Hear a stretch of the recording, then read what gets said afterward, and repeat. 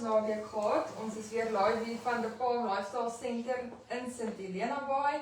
Ons is live op in en om Tuinhoete, in en om Swartland, in en om Weskus. En hier is Vision se Facebookblad en ons gesels met Pastor Adrie, want dit is Dinsdag. So ons gesels vandag weer 'n bietjie in Afrikaans. Welkom Pastor. Baie dankie Marilee. Ek het 'n fantastiese naweek gehad. Ek weet nie van julle nie.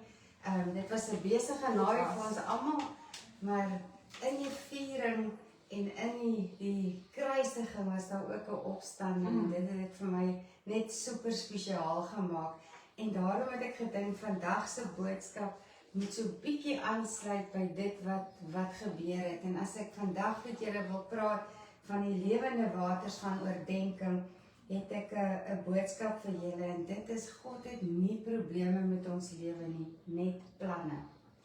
Nou Sondag het ek met vriende van my gesels en ons het so oor 'n koppie koffie gesit en praat en ek het hulle 2 jaar laas gesien. En terwyl ons met hulle gesels, die man wat voor my gesit het, was nie dieselfde man wat ek 2 jaar terug ontmoet het nie. Hulle het deur 'n geweldige tyd van toets gegaan, 'n geweldige tyd van beproewing gegaan.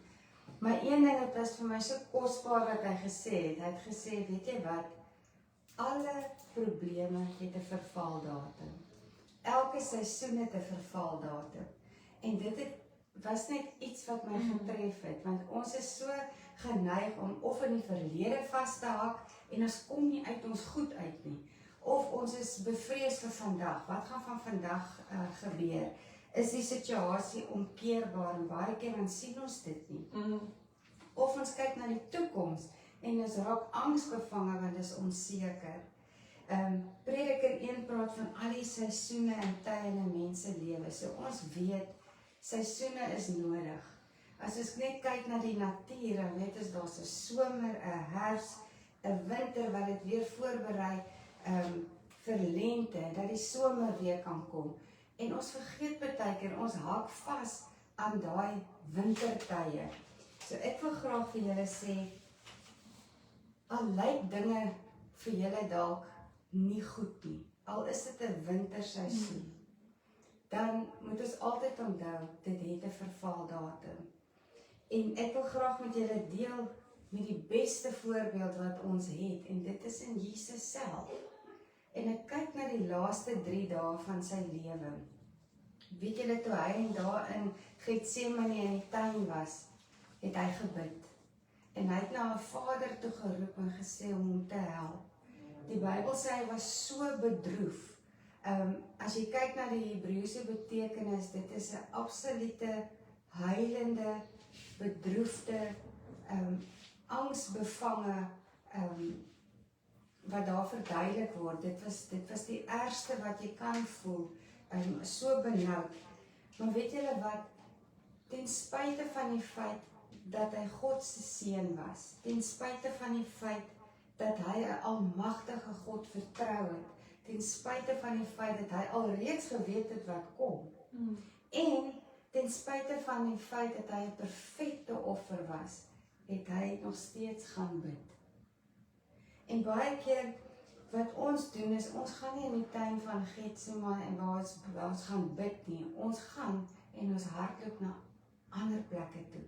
Waar in 'n tyd van winter kom ons en ons sê, hoekom doen God dinge? Hoekom gebeur hierdie ding so met my? En ons wil graag nie verantwoordelikheid vat nie, of ons wil nie na die Here toe hardloop nie. En dit is vanoggend my boodskap, dat as Jesus Christus self na sy Vader toe gehardloop het in die benoudste tyd wat jy kan dink in die geskiedenis van die lewe, hoekom nie ons nie, as Jesus dit gedoen het nie?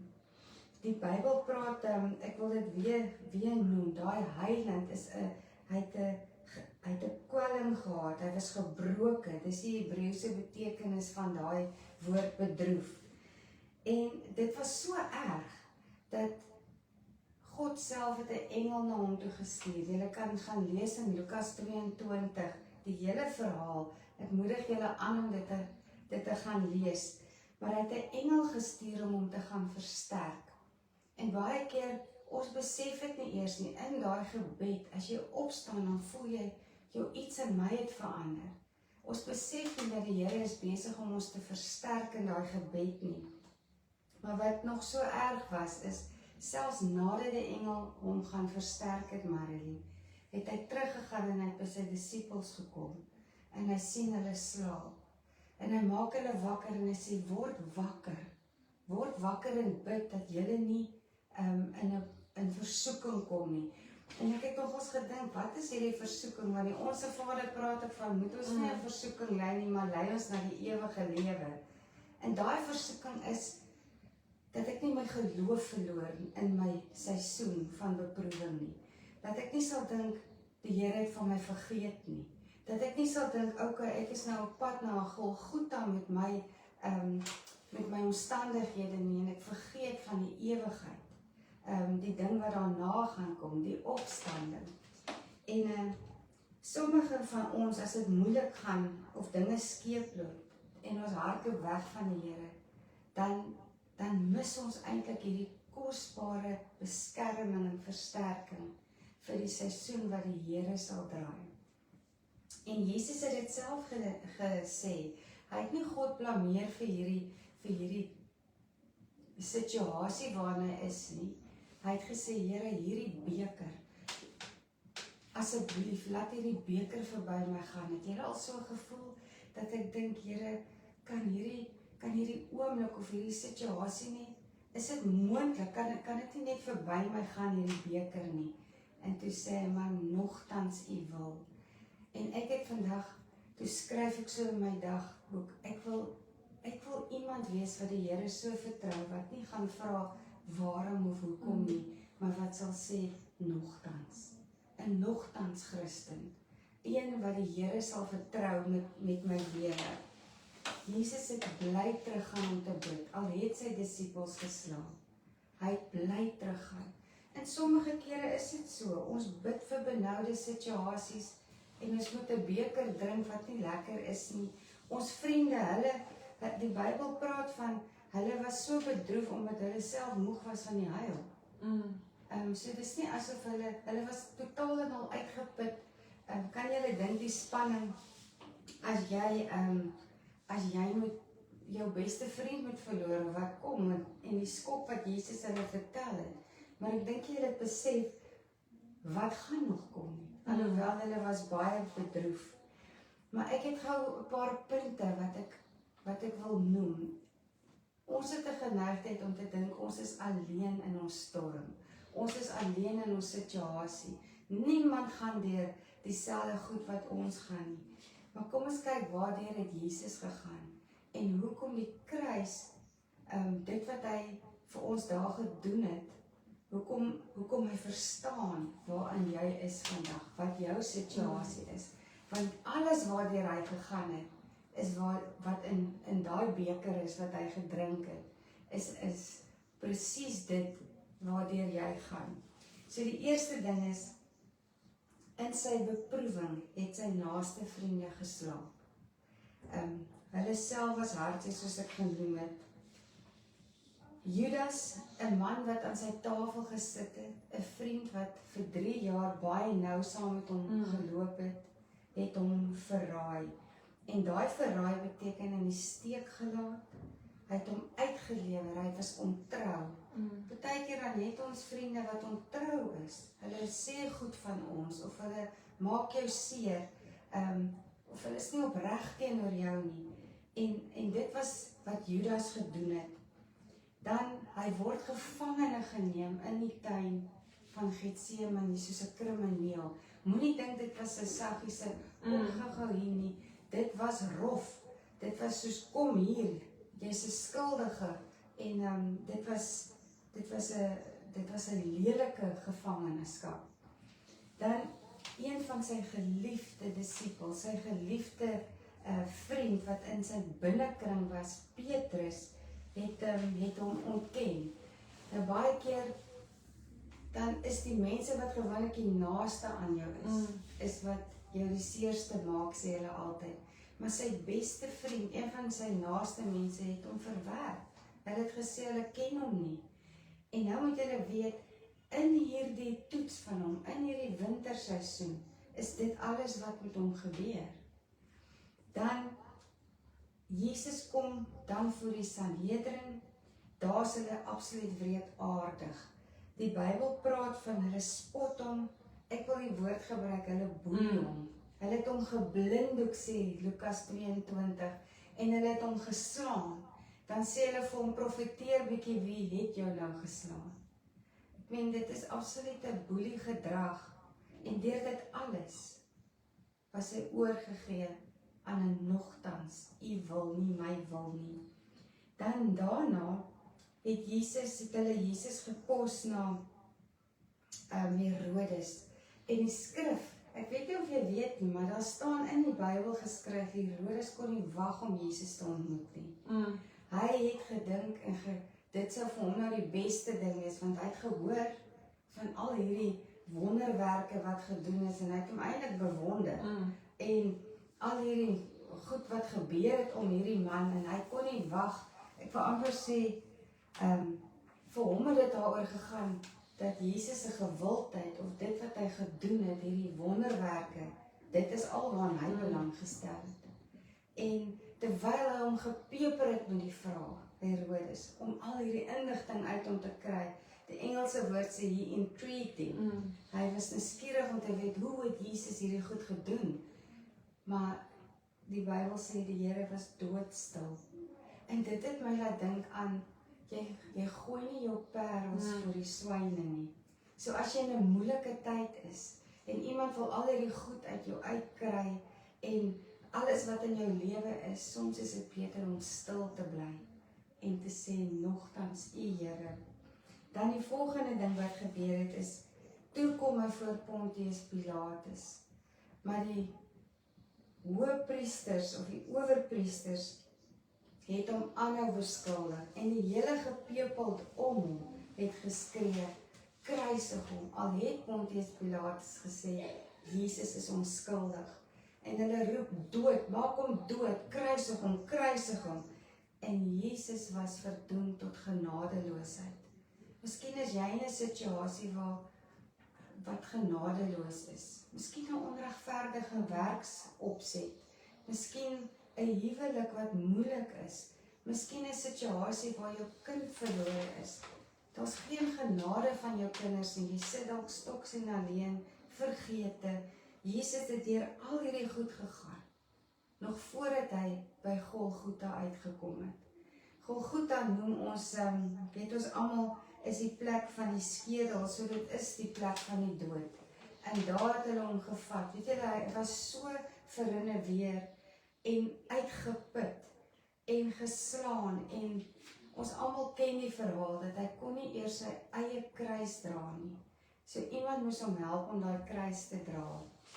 En daar was 'n storie wat vertel is dat daai Josef van Sirene wou nie die kruis dra nie, want dit was 'n teken van die ergste vervloeking wat daar is.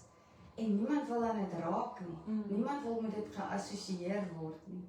Maar Jesus moes daai kruis dra, en hy het hom gedra tot hy nie meer kan nie. Dat selfs daai soldate gesê het, kom help dra die kruis. So word hy verder verneder, terwyl hy aan daai kruis hang, en hy word mishandel tot hy sterf. Kan julle dink waardeur Jesus moes gaan? Deur al hierdie stryd wat hy moes dra, asof dit nie genoeg is om op 'n, noem dit soos 'n sterfbed te lê nie. Al hierdie ontsettende goed wat om jou gebeur, hierdie vyhandigheid, hierdie vernedering, en jy is onskuldig. En ek wil weet, baie keer is ons vernederd, baie keer is ons verwerp. Hoe tree ons op? Dalk is jou situasie op pad kruis toe. Dan wil ek vanoggend vir jou sê, dat dit waar jy bekommerd is, dalk 'n kind wat vasgevang is in dinge van die wêreld, en jy voel magteloos. Soos my vriend gesê het, dit lyk dalk nie nou goed nie, maar hierdie seisoene het vervaldatums, want die goeie nuus was, ons leer van Jesus se dae dat sware stryd het gekom, en hy het met groot inspanning tot God gebid. Dit staan net so in die Bybel, met groot inspanning.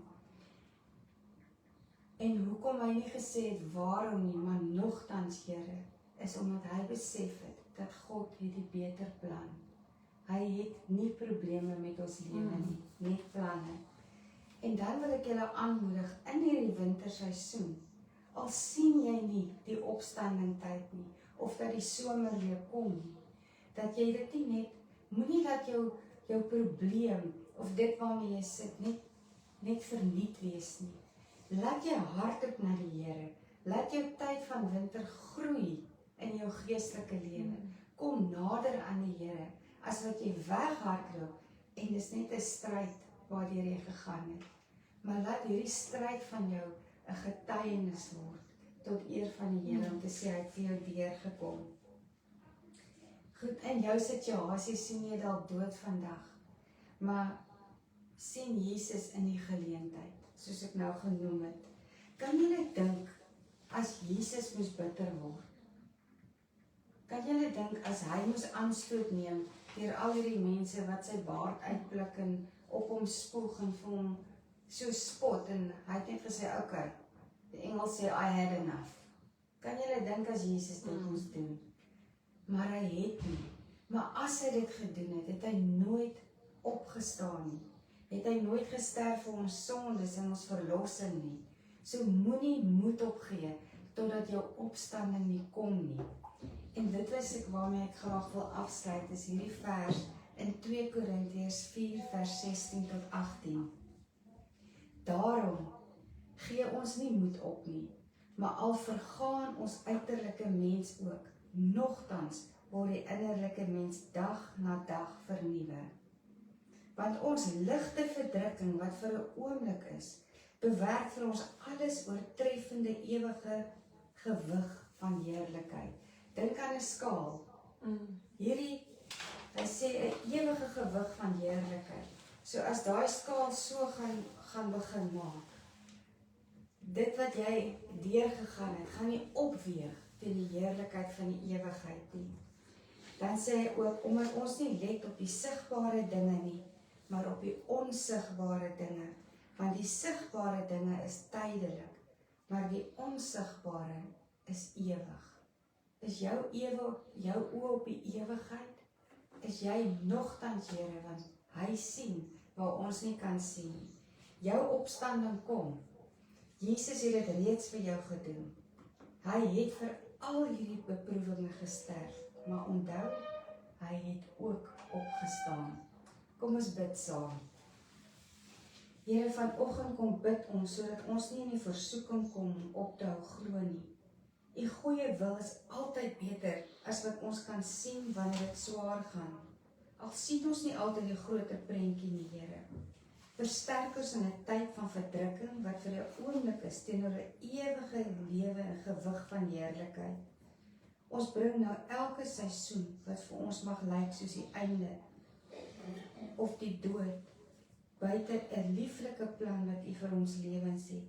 Help dat ons U sal vertrou, dat U op die regte tyd ons sal deurdra tot die seisoen wat lewe bring op ons pad. Amen. Baie dankie vir die geleentheid. Ek wil julle weer herinner dat julle ons kan kontak op ons WhatsApp nommer, as ook His Vision se webtuiste, en ons e-posadres is westcoast@hisvision.co.za. Net te herinner, onthou, jou opstanding kom, jou seisoen is tydelik, dit het 'n vervaldatum. Mag julle geseënd wees. Amen.